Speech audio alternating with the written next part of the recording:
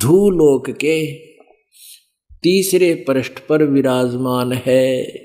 वो एक स्थान पर रहता है वो परमात्मा, और वो क्या करता है देखिए।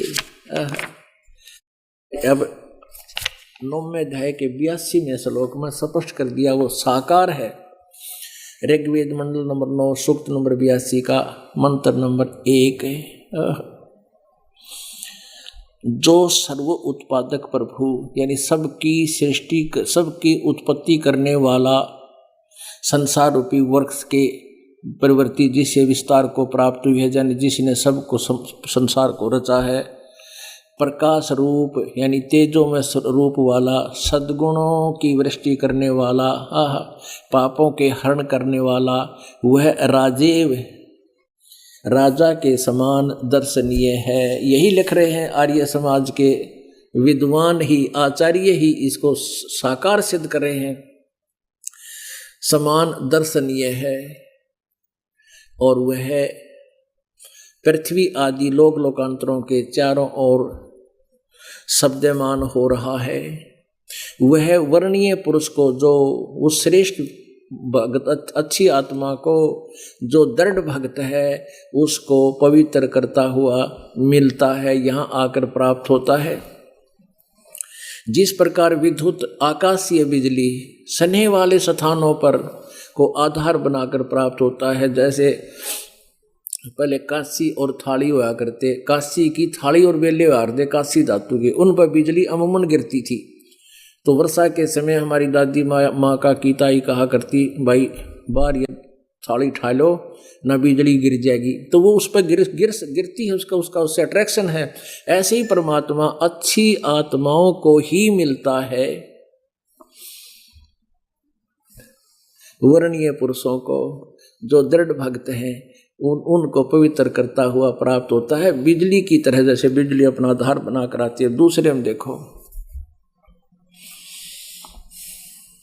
हे परमात्मन, उपदेश करने की इच्छा से आप, यानी सच्चा ज्ञान देने की इच्छा से आप महापुरुषों को प्राप्त होते हो, और आप अत्यंत गतिशील पदार्थ के समान, यानी बहुत तीव्रगामी होकर हमारे आध्यात्मिक यज्ञ को प्राप्त होते हो, हमारे पापों को। आप कबीर देव हैं, बंदी छोड़ रह कर आप कबीर देव हैं, शुद्ध स्वरूप हैं, आपका सुंदर रूप है, पवित्र रूप है। हमारे पापों को दूर करके हे अमर परमात्मा, आप हमको सुख दें। अपने आत्माओं, अब जो जहाँ से ये सत्संग प्रारंभ किया था कि हम ऐसे लोक में रह रहे हैं जहाँ पर कदम रखते ही पाप प्रारंभ हो जाते हैं, और यदि कबीर परमेश्वर की सत साधना आप जी के पास नहीं है, तो आप जी वेदों अनुसार ओम नाम के जाप या ब्रह्म तक की साधना या अन्य देव की साधना करते हो, तो आपके वो प्रारब्ध के पाप नाश नहीं होते, और प्रतिदिन के किए हुए पाप भी दोनों डिपॉजिट होते रहते हैं। और कबीर परमेश्वर की सत साधना करने से वो परमात्मा हमारे घोर पाप का भी नाश कर देता। ये एक उदाहरण और देंगे। पुण्यात्माओं, इतना बढ़िया मौसम है, ये बसंत ऋतु, और मीठी मीठी है, प्यारी प्यारी ठंड। 100 AC ला दे जब भी ना हो इतनी ठंड जितनी भगवान ने कुदरती कर रखी है। और परमात्मा का अमृत भोजन प्राप्त करके प्रसाद, और उसकी प्यारी आत्मा अब ज्ञान से तृप्त हो रही है, उस अमर ज्ञान से, उस अमर वाणी से आपके अंदर और एक डोज दी जा रही है। पहले हम इस ज्ञान से परिचित नहीं थे, पिक्चर देखा करते और VCR हुआ करते, और इतने बड़े बड़े खोसड़े से आरती हुए कैसेट 3 लिया करते, एक 3 घंटे की होती थी। और नो सोचा करते, कहा करते भाई 100 रुपये लगेंगे, सारी रात देखेंगे। वो 9 घंटे देख के, और जब देखा करते अगले की बनवाए जानते, 4 पिए जानते, आँख पाड़े बैठे रहते, कोरी बकवास देखा करते, और कति नींद नहीं आवे। और इसे अमृत ज्ञान की वर्षा में नींद तक आसपास भी ना रहनी चाहिए। और कभी लटका आ जाता है, अपना याद रखे कि मानुष जन्म दुर्लभ है, मिला न बारंबार। एक बार ये तरवर से पत्ता टूट गया तो फिर नहीं लागे डारे, फिर ये स्थान नहीं मिलेगा आपको।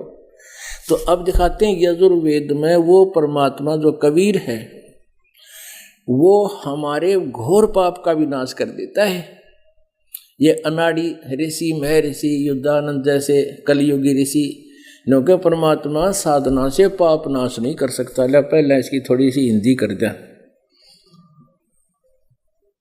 इस बिना यह बात समझ पावे कोई ना, क्योंकि सबसे बड़ा बखेड़ा यूं कर गया इस जाते प्रारंभ के कलयुग के प्रारंभ में। यह सत्यार्थ प्रकाश है महर्षि दयानंद जी की अपनी अनुभव की रचना, ये सत्यार्थ प्रकाश। और ये कहाँ से, ये देखिए, ये है सत्यार्थ प्रकाश है। वेद आदि विविध सत शास्त्र प्रमाण संवित श्रीमत, यानी वेदों आदि विविध सद शास्त्रों के से प्रमाणों के से इसकी रचना की है श्रीमत परमहंस परिव्राजक आचार्य। कौन? ये उपमा है महर्षि दयानंद का, आगे भी और पाछे भी। महर्षि दयानंद सरस्वती स्वामी विरचित है। प्रकाशक वैदिक यति मंडल, दयानंद मठ, दीनानगर, पंजाब। और यहाँ इसके प्रकाशक हैं, मुद्रक हैं आचार्य प्रिंटिंग प्रेस, गोहाना मठ, दयानंद मठ, गोहाना मार्ग, रोहतक, दूरभाष। इतने अब देखना इसके साथ में समोल्लास में किसा अड़ंगा कर रखा है इस दयानंद ने। अपनी सोच है इसकी, या सत्यार्थ प्रकाश से 154 पृष्ठ पे, और ये सप्तम समोल्लास है। इसके नीचे देखें, प्रसन्न ईश्वर साकार है व निराकार, उत्तर निराकार। अच्छा, किसी ने प्रश्न किया कि प्रसन्न परमेश्वर की स्तुति, प्रार्थना और उपासना करनी चाहिए व नहीं? महर्षि दयानंद जी कहते हैं करनी चाहिए। तो प्रश्नकर्ता कहता है क्या स्तुति आदि करने से ईश्वर अपना नियम छोड़ स्तुति प्रार्थना करने वाले का पाप छुड़ा देगा, पाप नाश कर देगा? नहीं, उत्तर नहीं। तो फिर स्तुति प्रार्थना क्यों करना? प्रश्नकर्ता ठीक है, फिर फायदा क्या भक्ति करने का? उत्तर स्वामी जी कहते हैं उनके करने का कुछ और फल है, पाप तक कटे नहीं, और फल है। तो क्या है? प्रश्नकर्ता कहता क्या है? स्वामी जी उत्तर देते हैं, महर्षि दयानंद उत्तर दे रहे हैं, स्तुति से ईश्वर में प्रीति, उसके गुण कर्म स्वभाव से अपने गुण कर्म स्वभाव का सुधरना, प्रार्थना से निरअभिमानता, उत्साह और सहाय का मिलना, और उपासना से परब्रह्म से मेल और उसका साक्षात्कार होना। दो कंसेप्ट क्लियर इसने। एक तो आपका खंडन कर दिया साकार वाला, निराकार वाला कहते हैं उसका साक्षात्कार हो जाता है और मिलन हो जाता है। यदि साधना से उपासना से मिलन हुआ तो निराकार वो सब जगह कैसे हुआ? नहीं तो वैसे परमात्मा मिला हुआ है, निराकार है, सर्वव्यापक है। तो वो परमात्मा एक देशीय है। वेदों ने स्पष्ट कर दिया, ये बताता है, कहता परमात्मा एक देशीय नहीं है, एक स्थान पर नहीं रहता, और उसका साक्षात्कार होना। अब यहाँ प्रसंग चल रहा है कि भगवान पाप नहीं छुड़ाता।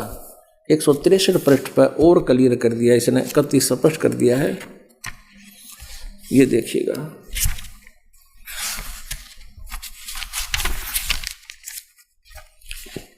यही सप्तम समलास है, पृष्ठ 163 पे, नीचे आइएगा। प्रश्न, ईश्वर अपने भक्तों के पाप अक्षमा करता है व नहीं? उत्तर स्वामी जी का नहीं, क्योंकि जो पाप अक्षमा करे तो उसका न्याय नष्ट और सब मनुष्य महापापी हो जावें, क्योंकि उनको पाप करने में उत्साह और निर्भयता हो। जैसे कोई राजा अपराधियों के पाप की अक्षमा करे तो वे अधिक अधिक अपराध करने लगे। और जो अपराध नहीं करता वह भी अपराध करने से न डरेगा। इसलिए सब कर्मों का यथावत फल देना ईश्वर का काम है, अक्षमा करना नहीं। अरे वाह, हंस गया। अपने आत्माओं, वेद जो है, स्वामी जी स्वयं कहते हैं, वेद जो है सब सत्य विद्याओं की पुस्तक है। वेद सब सत्य विद्याओं की पुस्तक है कि इसमें वेद में जो लिखा है सारा सत्य लिखा है, और इसमें वेदों में परमेश्वर के गुण लिखे हैं। जैसे कहीं पर साबुन के गुण लिखे हों, गुणों में लिखा है कि साबुन मैल का नाश कर देता है, उसको छुड़वा देता है, खत्म कर देता है। और किसी ने नकली साबुन सदा प्रयोग किया और बेचा, कंकर पत्थरों को साबुन आकार बना रखा हो और बोर्ड ला रखा थोक विक्रेता साबुन। उससे कोई पूछा कि साबुन कपड़े का मैल नाश कर देगा, छुड़वा देगा, और उत्तर मिले उस विक्रेता से कि नहीं, साबुन लगाने से कपड़े के मैल नाश नहीं होते। तो स्वाभाविक है प्रश्न करता नहीं होगा, फिर साबुन किस लिए लगावा? फिर उत्तर मिले उस शराबी थे, उस शराबी बोल सके ऐसे कोई नशेड़ी, उससे उत्तर मिले कि साबुन लगाने से और लाभ है। प्रश्नकर्ता पूछा भाई के लाभ है, वो अभी बता दे। कि साबुन से कपड़ा मजबूत बन जाएगा, पाप मैल नहीं छुड़ाएगा। तो ये स्टेटमेंट आपका जची एक सिंपल एग्जाम्पल है। तो अब कोई एक बड़े वैद्य का बोर्ड ला रखा हो डॉक्टर का, और उससे कोई प्रश्न करे क्या औषधि खाने से रोग नाश हो जाएगा, अक्षमा हो जाएगा, रोग कट जाएगा? और उत्तर मिले उस नकली वैद्य से कि नहीं, वैद्य दवाई औषधि से रोग नाश नहीं होगा। तो फिर क्यों खाएं औषधि? उत्तर मिले कि इससे और लाभ है क्या, पहलवान हो जाएगा। अरे मृत्यु के निकट जा रहा है, पहलवान हो जाएगा। इसलिए उसके पास नकली माल है सारा, वो डॉक्टर वैद्य नहीं है जो ऐसी स्टेटमेंट देता। तो ऐसी यही सच्ची थी इस नकली महर्षि दयानंद जी की अज्ञान की थ्योरी की है कि परमात्मा उपासक के साधना से अपने भगत के पाप अक्षमा नहीं करता है। और वेदों में भगवान के गुण, अब देखो वेद ही इसको झुठला रहे हैं, इस नकली महर्षि को, जिनको यो सच्चे मानता है। महर्षि दयानंद सरस्वती ये वही प्रकाशक हैं, ये प्रकाशक है। मैं सार्वदेशिक आर्य प्रतिनिधि सभा 2/5 महर्षि दयानंद रामलीला मैदान नई दिल्ली से, और ये महर्षि दयानंद ने इसका अनुवाद किया हुआ है। मुद्रक है prince offset printers 1510 Pataudi house Daryaganj Nai Delhi से। इसके 8वें अध्याय के 13वें श्लोक में यो 8वां अध्याय और इसका 13वां श्लोक यहाँ पर है। मंत्र कहो चाहे श्लोक कहो, इसमें संस्कृत है। देव कर्तस्य एनस्य अवजनमसि, मनुष्य कर्तस्य एनस्य अवजनमसि, पितर कर्तस्य एनस्य अवजनमसि, आत्म कर्तस्य एनस्य अवजनमसि, एनस्य अनुस्य एनस्य एनस्य अवजनमसि। ओहो, एनस्य अनुस्य मानो घोर पाप का भी नाश करने वाला। ये 241 पर हम पढ़ रहे हैं, 241 पे। ये 241 पृष्ठ है 8वां अध्याय का और मंत्र नंबर 13। और यहाँ हम इसका 242 पे इसका इन्हीं का अनुवाद पढ़ते हैं, महर्षि दयानंद का 242 पे। हे सबके उपकार करने वाले मित्र आप। अब ये यहाँ भी गड़बड़ कर जाते हैं, जैसे ये सब के उपकार करने वाले मित्र। यहाँ जब इसको पढ़ते थे तो न्यू सोचा करते तो मित्र के बारे में बोल रखा भगवान बाप ने, इसे जानबूझ कर मित्र लिख देना, परमेश्वर लिख देता, क्योंकि इन्हीं के शब्दों में, दयानंद जी के शब्दों में सत्यार प्रकाश दिखाते हैं।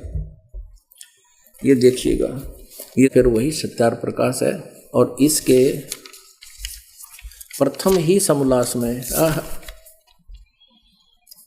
और 18 पृष्ठ पे है, ये देखिएगा, प्रथम समोल्लास है और पृष्ठ नंबर 18 पे सत्यार्थ प्रकाश है। जो सबसे स्नेह करे और सबको प्रीति करने योग्य है, वह परमेश्वर सबका सच्चा मित्र है। इससे परमेश्वर का नाम मित्र है। बस हमने इसके इतना ही लेना। अब देखिएगा, ये वही यजुर्वेद 8वां अध्याय, वही यजुर्वेद 8वां अध्याय यजुर्वेद 242 पृष्ठ पर दयानंद जी की अनुवाद। हे सबके उपकार करने वाले परमेश्वर आप, अब यहाँ परमेश्वर बोलेंगे हम मित्र के स्थान पर, उन्हीं के शब्दों में, आप दान देने वाले के एनस्य माने अपराध, अपराध कहो चाहे पाप कहो, इन खुद एनस्य माने पाप भी अर्थ किया है। हे सबके उपकार करने वाले मित्र अर्थात परमेश्वर आप दान देने वाले के अपराध के, पाप के, अवजन्म माने विनाश करने वाले हो, अक्षमा करने वाले हो, समाप्त करने वाले हो, छुड़ाने वाले हो, साधारण मनुष्यों के किए हुए एनस्य माने अपराध के, पाप के विनाश करने वाले हो, पिता के किए हुए विरोध आचरण ही एनस्य माने पाप के, पिता करे से पुत्र पाप और भक्ति करेगा उसके भी पाप नाश होंगे। अच्छे प्रकार ना हरने वाले माने नाश करने वाले हो, आत्म करते से अपने किए हुए एनस्य माने पाप के आप दूर करने वाले हो, छुड़ाने वाले हो, अक्षमा करने वाले हो। एनुस अनुस अधर्म के अधर्म, ओहो अधर्म के अधर्म के यानी घोर अपराध के भी आप नाश करने वाले हो। जानता हुआ मैं जो कुछ भी धर्म अधर्म आचरण किया करता हूँ वह करूँ, अनजान में जो कुछ भी किया करता हूँ वह करूँ, उस सब एनस्य माने पाप के, दुष्टाचरणी पाप के आप दूर, अवजन माने नाश करने वाले हो, अवजन माने विनाश करने वाले हो। पुण्यात्माओं, ये कंसेप्ट क्लियर हो गया कि कबीर परमेश्वर वो पूर्ण परमात्मा है, उसका नाम कबीर देव है, वो सत्यलोक में रहता है।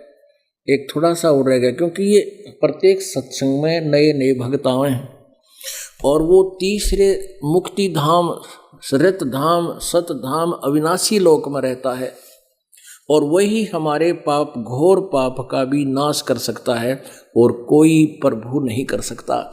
अन्य तो जैसे कर्म किए वैसे ही फल देगा, तो उसमें हम कभी सुखी हो ही नहीं सकते, क्योंकि यहाँ पाप घने होते हैं, पुण्य थोड़े। और जो साधना आप जी करते हो, वेद विधि त्याग कर शास्त्र के विरुद्ध करते हो, वो वैसे लाभ नहीं देती। एक और थोड़ा सा दिखाते हैं, ऋग्वेद मंडल नंबर 9 सूक्त नंबर 96 के। अब देखिए ऋग्वेद मंडल नंबर 9 सूक्त नंबर 96, ये वही आर्य प्रतिनिधि सभा द्वारा प्रकाशित है। इसमें स्पष्ट हो जाएगा वो कबीर देव है, वो कबीर परमात्मा अपनी कबीर वाणी से यथार्थ ज्ञान को अपने भक्तों को बताने आता है। ये वही है सार्वदेशिक आर्य प्रतिनिधि सभा, महर्षि दानव रामजिला मैदान नई दिल्ली से पर छपा है और ये उसके प्रिंटर्स हैं। अब ऋग्वेद नंबर मंडल नंबर 9 और सूक्त नंबर 96 का ये देखिएगा। मंडल नंबर 9 सूक्त नंबर 96 का और मंत्र नंबर 18 ही दिखाओगे, ज़्यादा नहीं, 18।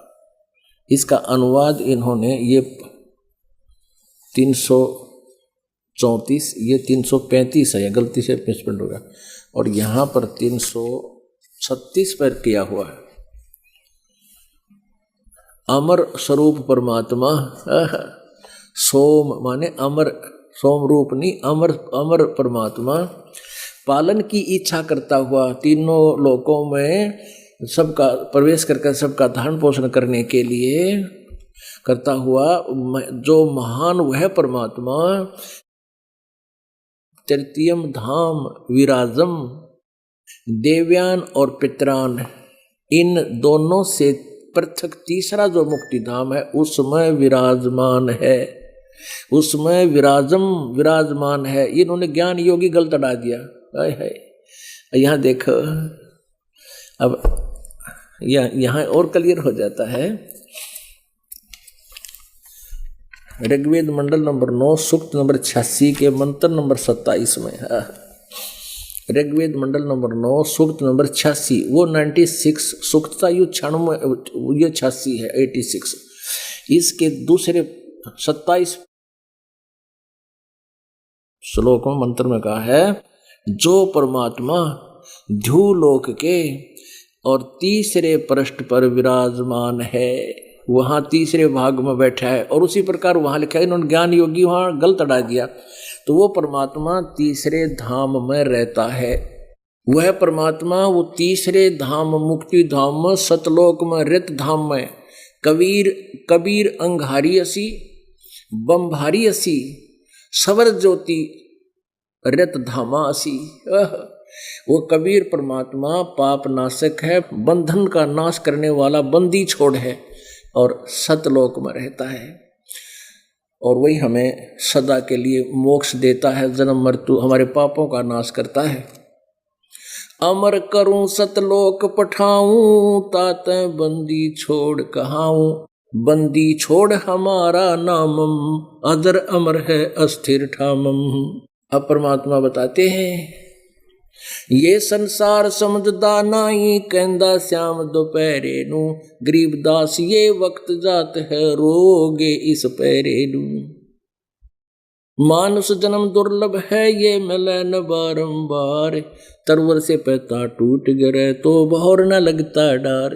परमेश्वर कबीर जी की महिमा को आंखों देखी आदरणीय गरीबदास साहिब जी बता रहे हैं कि ये संसार समझदा नाही, कहंदा श्याम दोपहरे नू। ये इन जो कुछ भी सुख नहीं दे सकते उन भगवानों को ये जो है सुखदाई भगवान मान बैठे। और कहते हैं, गरीबदास जी कह रहे हैं, गरीबदास ये समय जावे है, मनुष्य जीवन फिर नहीं मिलेगा, ये तत्वदर्शी संत नहीं मिलेगा और ये मार्ग नहीं मिलेगा, फिर रोया करोगे इस समय को। बोलो सतगुरुदेव की जय। समझा है तो सर दर पाओ, बहुर नहीं रे ऐसा दाओ। बोलो सतगुरुदेव सत साहिब। परम पिता परमात्मा पूर्ण ब्रह्म सारी सृष्टि के रचनहार कुल मालिक कबीर देव कबीर साहिब जी अपनी महिमा अर्थात पूर्ण परमात्मा अपनी जानकारी स्वयं ही बताने के लिए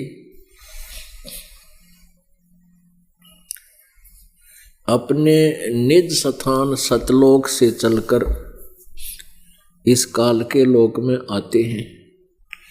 यहाँ पर उन अच्छी आत्माओं को, नेक आत्माओं को, जो परमात्मा के चाहने वाली होती हैं, जो दृढ़ होती हैं, उन महापुरुषों को परमात्मा आकर मिलते हैं। उनको फिर यथार्थ ज्ञान से परिचित कराते हैं, अपना यथार्थ स्थान सतलोक, वो सनातन परम धाम दिखाते हैं। उसके बाद वो प्यारी आत्मा उस परमेश्वर का आंखों देखा यथार्थ वर्णन अपनी अमृत वाणी में करते हैं।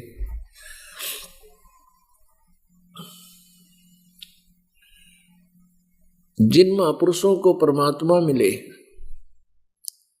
जैसा कि परसों के सत्संग में आप जी को स्पष्ट किया गया था, सभी सदग्रंथों के आधार से, पवित्र चारों धर्मों के पवित्र सदग्रंथों के आधार पर यह प्रमाणित किया गया था कि परमात्मा साकार है और वो नर आकार है, मनुष्य जैसा है और उसका नाम कबीर है। ये तो सदग्रंथों ने प्रमाण दिए। और जिन महापुरुषों ने उस परमेश्वर का साक्षात्कार हुआ, जिन्होंने परमेश्वर को देखा, उनमें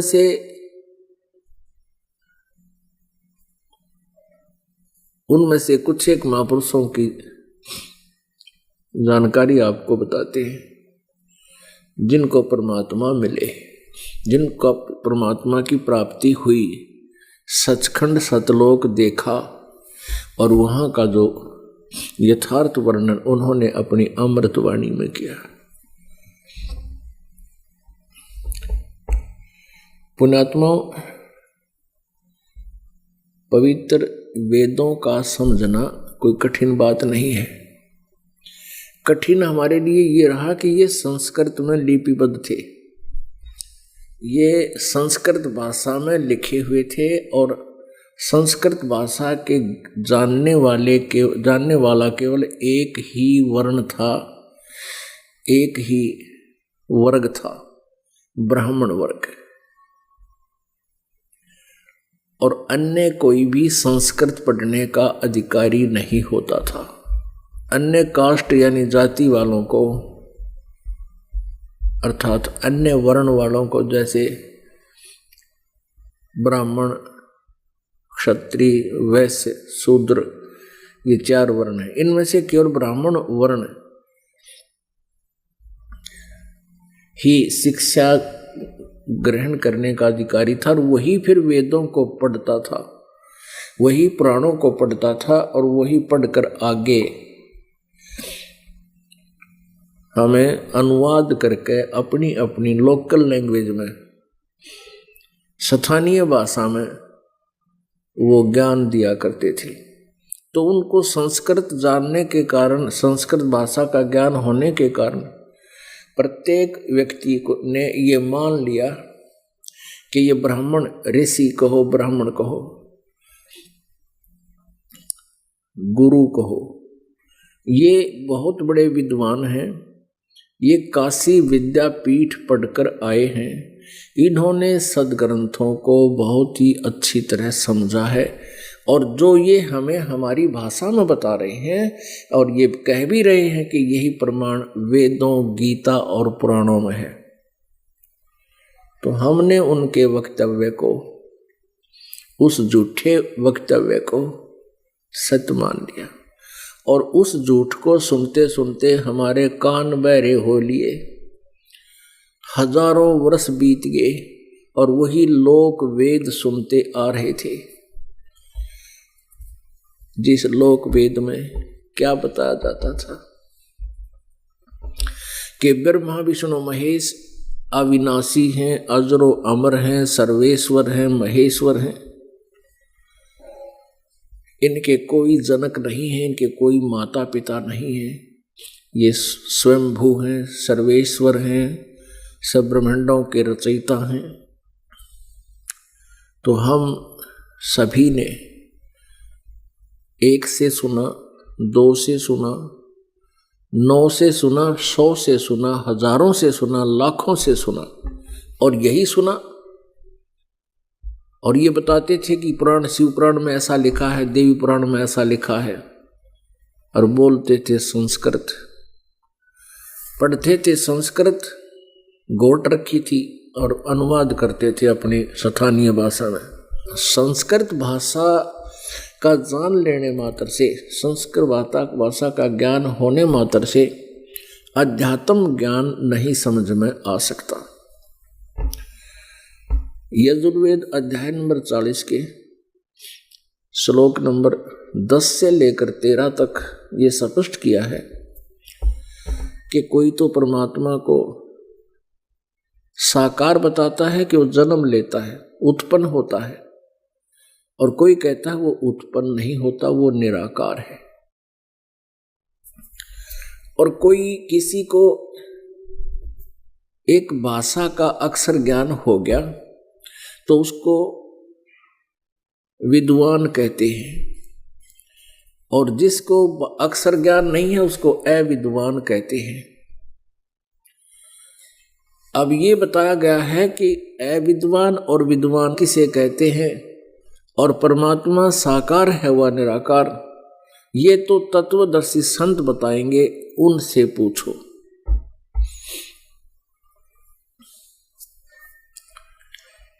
अपने आत्मा पवित्र 4 वेदों में कंप्लीट ज्ञान नहीं है, कंप्लीट स्पिरिचुअल नॉलेज नहीं है और गलत भी नहीं है, रॉन्ग भी नहीं कह सकते इसको, क्योंकि सिलेबस का स्टेटस होता है। जैसे मैट्रिक तक का सिलेबस है, वो गलत नहीं है, लेकिन आगे की क्लासेस के लिए कंप्लीट सफिशिएंट नहीं है। अब वेदों में ऑप्शन छोड़ दिया है कि उस यथार्थ ज्ञान को तो तत्वदर्शी संत बताएंगे, परमात्मा निराकार है, साकार है, उस ज्ञान को उनसे पूछो। और विद्वान और अविद्वान की परिभाषा भी ठीक ठीक वही बता सकते हैं। अपने आत्माओं इन संस्कृत के ज्ञाताओं को वेदों का ज्ञान नहीं था। संस्कृत के ज्ञाता कौन? सतयुग से ब्राह्मण संस्कृत के ज्ञाता विद्वान माने जाते थे और इनको वेदों का ज्ञान नहीं था। ब्रह्मा विष्णु महेश को भी वेद ज्ञान नहीं था, जबकि ये सभी संस्कृत भाषा बोलते और लिखते थे।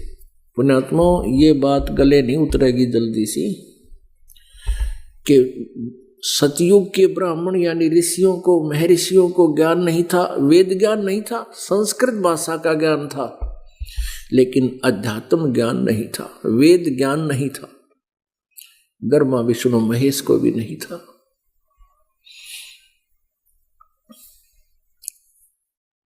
अब यहां बात अड़ जाती है।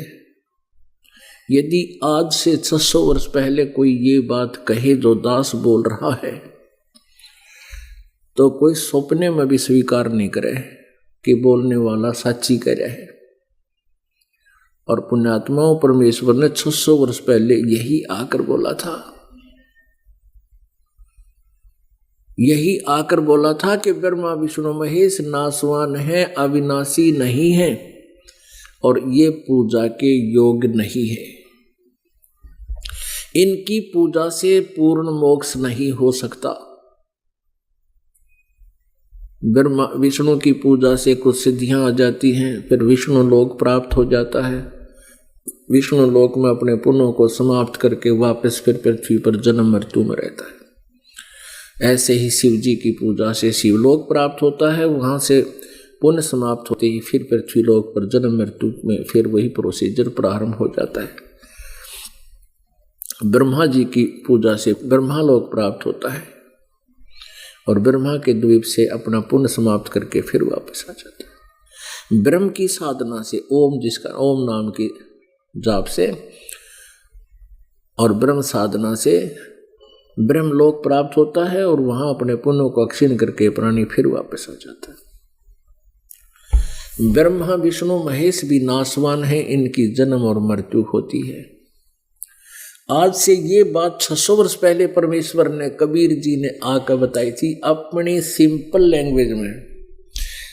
इसलिए बोला था उस कबीर वाणी में ताकि जन साधारण समझ सके। आने वाले समय में मालिक को पता था कि शिक्षित पीढ़ी शुरू होगी और उसमें मेरी वाणी, मेरी प्यारी आत्मा पढ़ेंगे और फिर सदग्रंथों से मेल मेरा दास करेगा तो अपने आप समझ जाओगे। यदि आज से लगभग 600 वर्ष पहले जब परमेश्वर कबीर देव जी सतलोक से चलकर उस तीसरे मुक्ति धाम से चलकर यहाँ पृथ्वी लोक पर आए थे एक शिशु रूप धारण करके, तो उस समय उन्होंने लीला में एक जीवन पूरा किया था हमें एक उदाहरण देने के लिए कि तुम ऐसे रहना, फिर देखना मैं क्या करूँगा तुम्हारे लिए। तो परमात्मा ने आके वो ज्ञान बोला था सन 1398 से सन 1518 तक 120 वर्ष परमेश्वर यहाँ पृथ्वी पर रहे। एक जनसाधारण जैसी भूमिका करके, एक कवि की भूमिका करके, एक तत्वदर्शी संत की भूमिका करके वो परमात्मा सह शरीर आए थे, सह शरीर चले गए थे, जो जुलाहे की भूमिका किया करते थे, जो धानक कहलाए। तो उन सन 1398 से 1518 तक 120 वर्ष का जो समय था, और उस समय ये कहना कि ब्रह्मा विष्णु महेश नासवान है, इनके माता पिता हैं, दुर्गा इनकी माता है, ज्योति निरंजन इनका पिता है, ये नासवान है, इनकी पूजा से मोक्ष नहीं हो सकता। तो पुण्यात्माओं, स्वाभाविक था परमेश्वर की वाणी पर अविश्वास हो जाना, क्योंकि इन झूठे व्यक्तियों ने, इन अविद्वानों ने हमारे को गलत ज्ञान, शास्त्र विरुद्ध ज्ञान सुना रखा था, लोक वेद सुना रखे थे। अब परमेश्वर ने बताया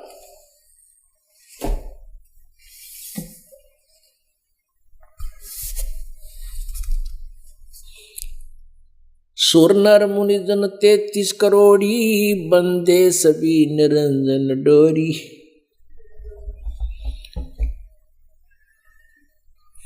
पीर पैगंबर कुतुब ओलिया, सुर नर मुनि जन ज्ञानी, एत्या को तोरा ना पाया, ये जम के बंधे प्राणी। ओए होए, इन ब्रह्मा विष्णु महेश और इन 33 करोड़ देवताओं तक ऋषि महर्षियों को परमेश्वर ने बताया कि तो काल का बंद रहे हैं, इस ज्योत निरंजन का बंद रहे हैं, ये तो इसी तक की पूजा करते हैं और इसी के जाल में रहते हैं, इनको वेद ज्ञान नहीं है।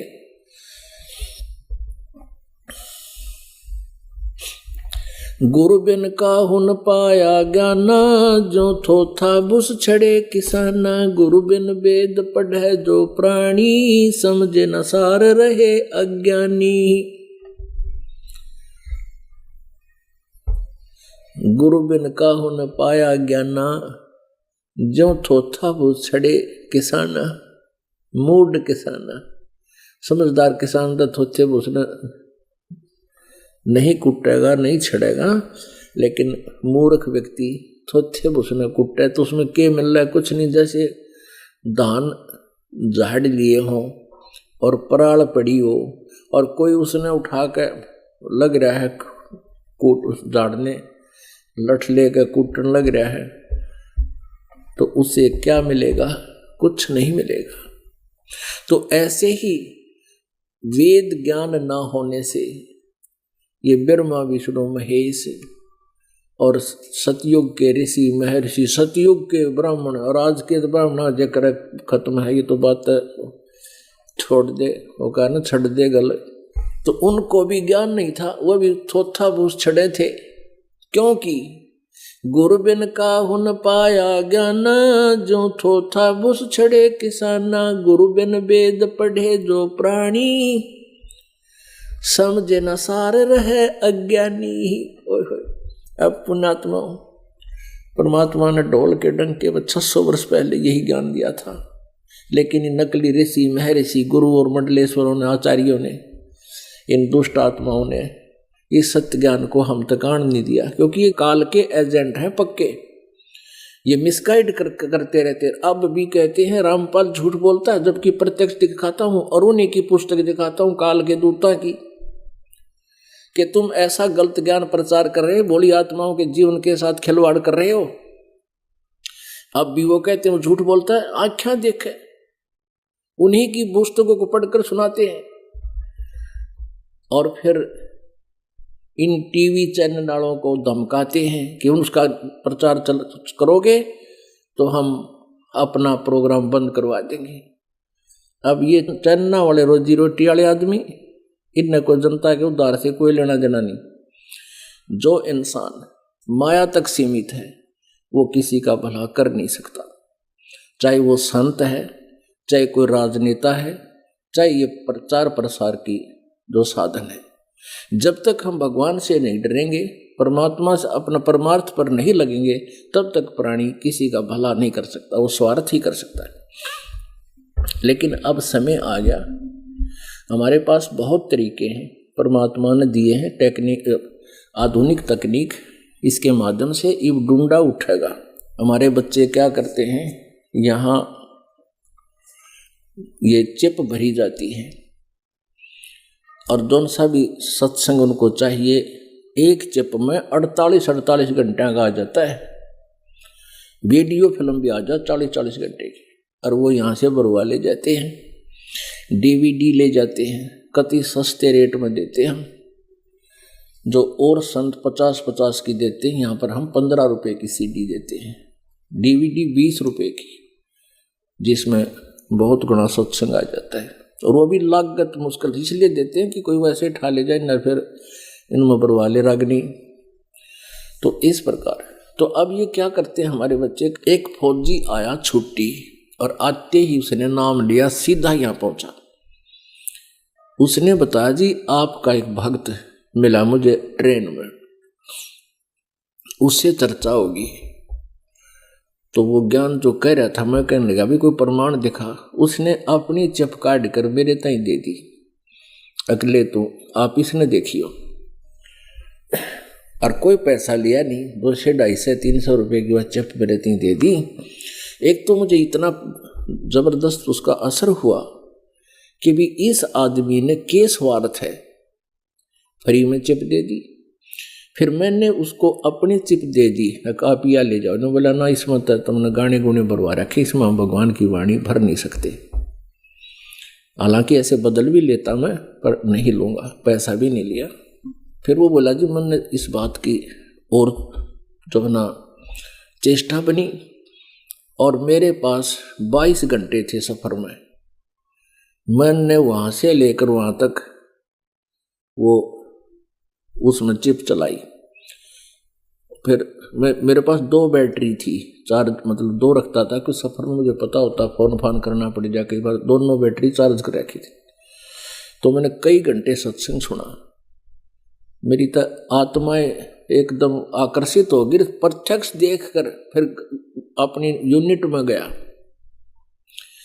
यूनिट से परमिशन लेकर ये सदग्रंथ में फिर छुट्टी लेकर बाहर गया। वहाँ से लाया ये सदग्रंथ, आख्या देखी, पुराण देखे, वेद तो मिले नहीं मुझे, और गीता देखी। बोला मैं तो उसी दिन छुट्टी ले गए, छुट्टी मिलते ही सीधा यहाँ आया हूँ और नाम लेकर जाऊँगा। तो पुण्यात्मा ये ना चलाओ चैनल वाले, चैनल चाल पड़े हमारे तो अंडरग्राउंड, हाँ देखिए ढूंढा पाटेगा।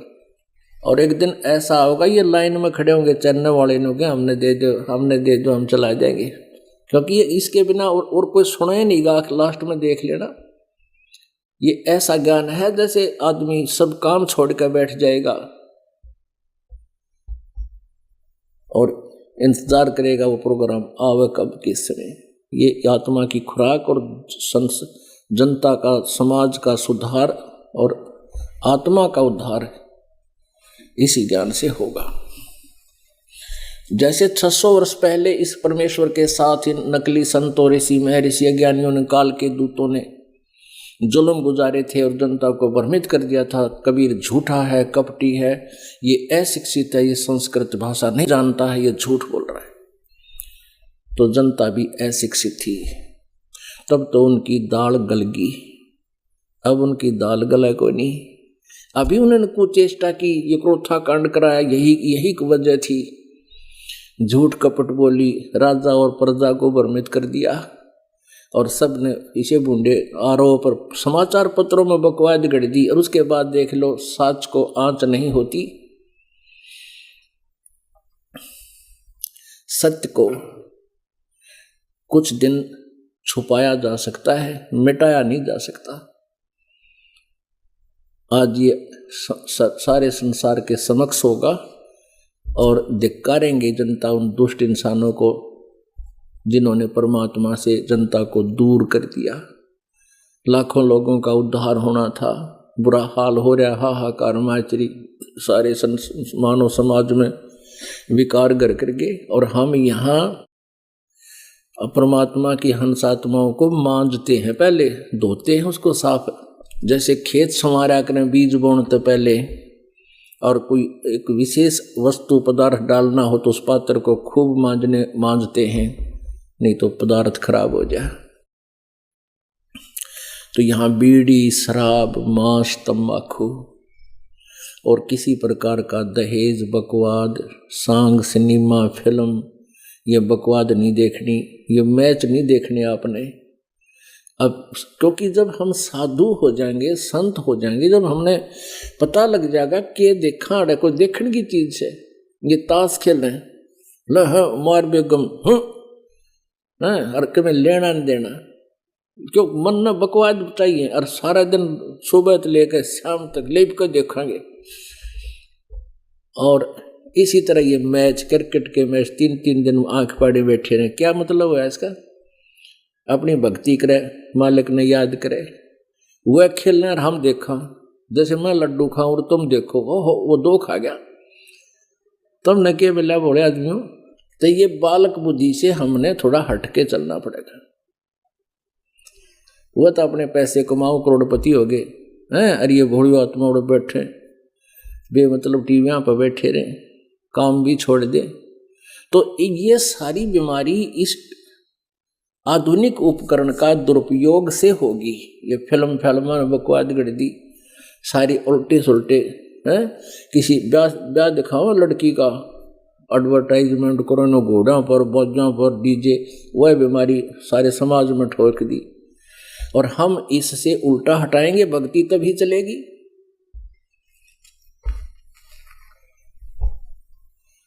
तो पुण्यात्माओं 600 वर्ष पहले, 550 वर्ष पहले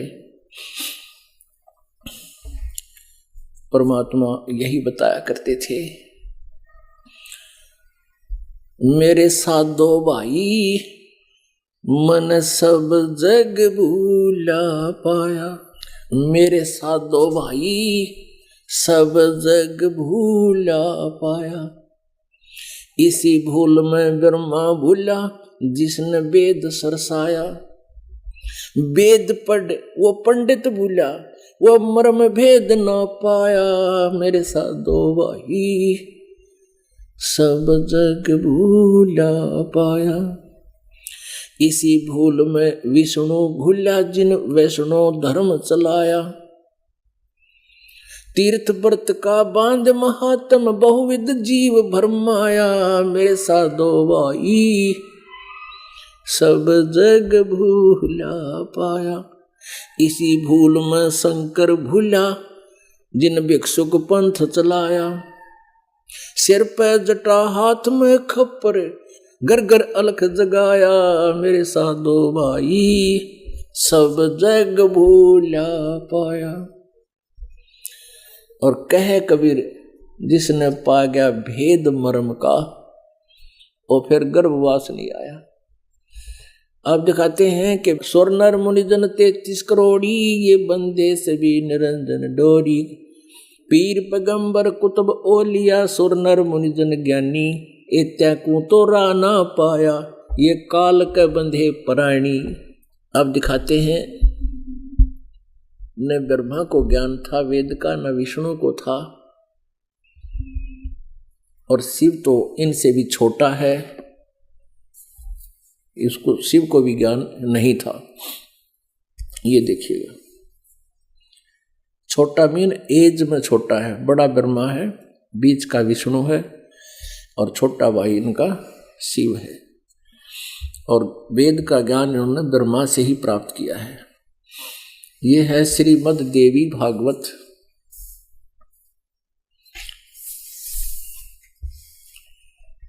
संपादक हनुमान प्रसाद पोदार, चिमन लाल गोस्वामी।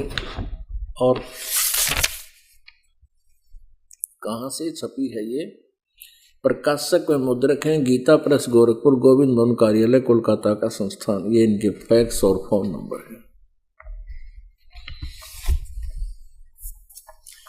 पहले तो इसके 123 पृष्ठ पर दिखाते हैं। 123 पृष्ठ पे तीसरा सकंद देवी भागवत, संक्षिप्त देवी भागवत यानी देवी पुराण, शिव या दुर्गा पुराण। तुम शुद्ध स्वरूपा हो, विष्णु जी कह रहे अपनी माता को, तुम शुद्ध स्वरूपा हो, ये सारा संसार तुम इसे उद्भासित हो रहा है। मैं ब्रह्मा और शंकर हम सभी तुम्हारी कृपा से ही विद्यमान हैं। हमारा आविर्भाव और तिरोभाव, आविर्भाव मन जन्म, तिरोभाव मन मृत्यु हुआ करता है। विष्णु जी स्वयं कह रहे हैं कि हम ब्रह्मा विष्णु और शंकर में तो हमारा तो जन्म मृत्यु होता है, हम अविनाशी नहीं हैं, केवल तुम ही नित्य हो, जगत जननी हो, प्रकृति और सनातनी देवी हो। भगवान शंकर बोले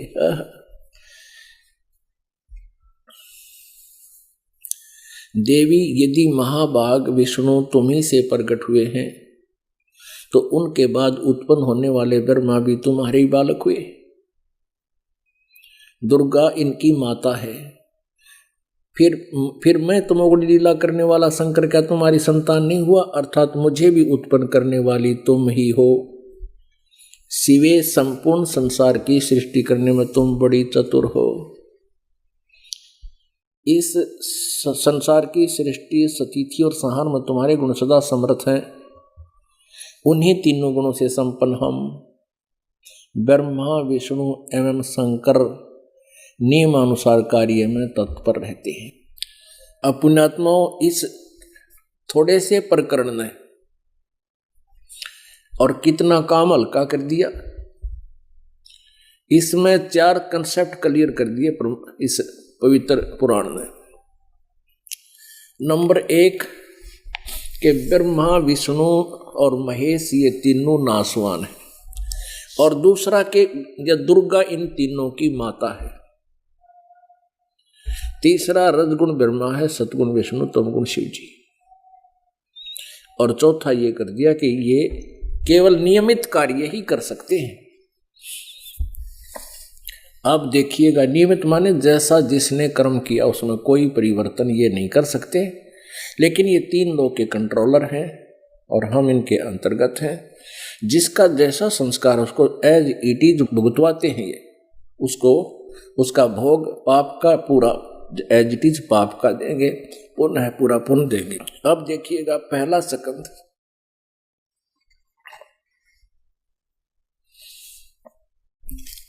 संक्षिप्त देवी भागवत और पृष्ठ 28 पे। अब यहां से देखते हैं, नारद जी और व्यास जी का आपस में संवाद हुआ। अब नारद जी से व्यास जी ने पूछा एक प्रश्न, तो व्यास नारद जी कहते हैं यही प्रश्न मेरे मन में था, मैंने अपने पिता ब्रह्मा जी से पूछा। क्योंकि सारा ज्ञान ब्रह्मा से ही प्रचलित बताया जाता है और वेदों का ज्ञाता ब्रह्मा जी को ही माना जाता है, और ब्रह्मा से ही इन सभी ऋषियों को वेद ज्ञान प्राप्त हुआ है। अब देखिएगा 28 पृष्ठ पे संक्षिप्त देवी भागवत, नारद और व्यास जी की चर्चा गोष्ठी। नारद जी ने कहा, महाभाग व्यास जी, तुम इस विषय में जो पूछ रहे हो ठीक ही प्रश्न मेरे पिताजी ने भगवान श्री हरि से किया था, यानी विष्णु जी से। अब नारद जी कहते हैं, देवा अधिदेव भगवान जगत के स्वामी हैं, देवताओं के भी देवता कह रहा है विष्णु जी को, और लक्ष्मी जी उनकी सेवा में उपस्थित रहती हैं। उसकी 4 भुजाएं हैं, हम ज्यादा ना लें। वे जगत प्रभु भगवान श्री हरि महान तप कर रहे थे, उनकी समाधि लगी थी। यह देखकर मेरे पिता ब्रह्मा जी को बड़ा आश्चर्य हुआ। अतः उन्होंने उनसे, यानी ब्रह्मा जी ने विष्णु से जानने की चेष्टा प्रकट की। ब्रह्मा जी ने पूछा, प्रभु आप देवताओं के अध्यक्ष, जगत के स्वामी विष्णु जी के बारे में ब्रह्मा बोल रहा है, भूत भविष्य एवं वर्तमान सभी जीवों के एकमात्र शासक हैं। भगवान फिर आप क्यों तप कर रहे हैं और किस देवता की आराधना में ध्यान मग्न है? मुझे असीम आश्चर्य तो ये हो